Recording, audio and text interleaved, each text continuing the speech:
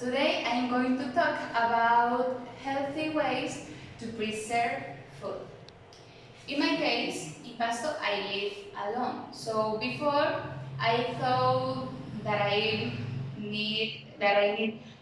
say, I need about a little food because my food is damaged, and I waste my money because I don't eat all this food. But now, with these tips, you can buy more food, and your food is will be good.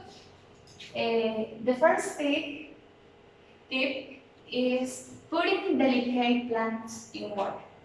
For example, basil, rosemary, coriander, and other plants like that are very delicate. So put if you put the plants in any place, they will be bad because they are very delicate, as I said before. So you have to put a glass of water, and you have to put the plant into the water, into the glass, and you must change the water every 2 days because if you don't do it, the plant is will be damaged.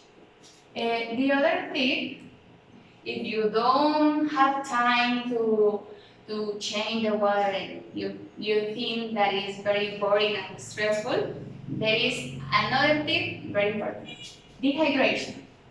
Eh, so to develop this tip, you have to put a napkin and the plants or some types of food that you can dehydrate, and you put in a napkin, and after that the napkin absorb the humidity, and when it is dry, you can put in a barrel or a glass, I don't know, and after that they will be good for for much time. Another tip is separate the raw fruits. Why I have to separate this type of fruits? Because when you when you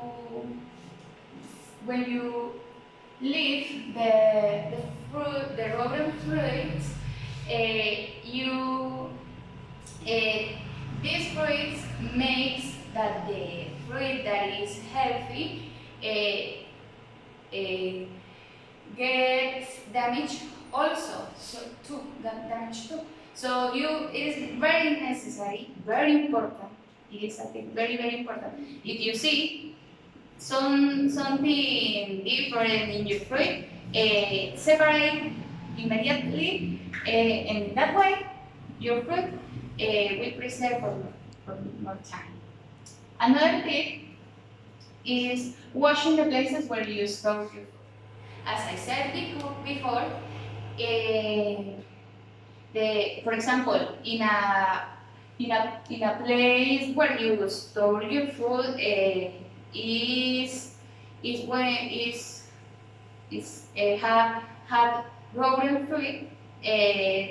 This is, I think, it smells so bad, and if you put your food in if you put your food, it will be damaged too. So it is necessary to wash all the fruit, the vegetable, all the food that you put in that places.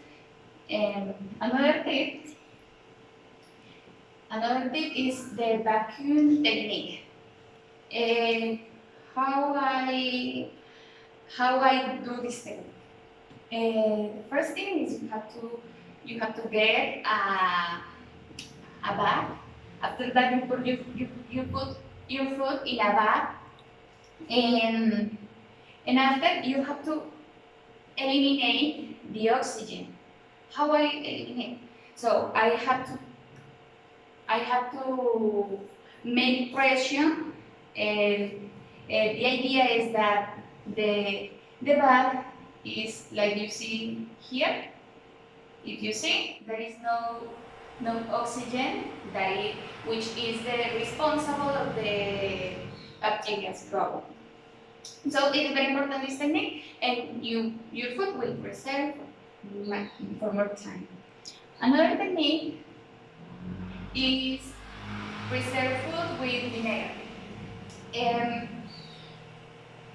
You have to get a glass of a bottle, and you put water with vinegar, because the vinegar makes the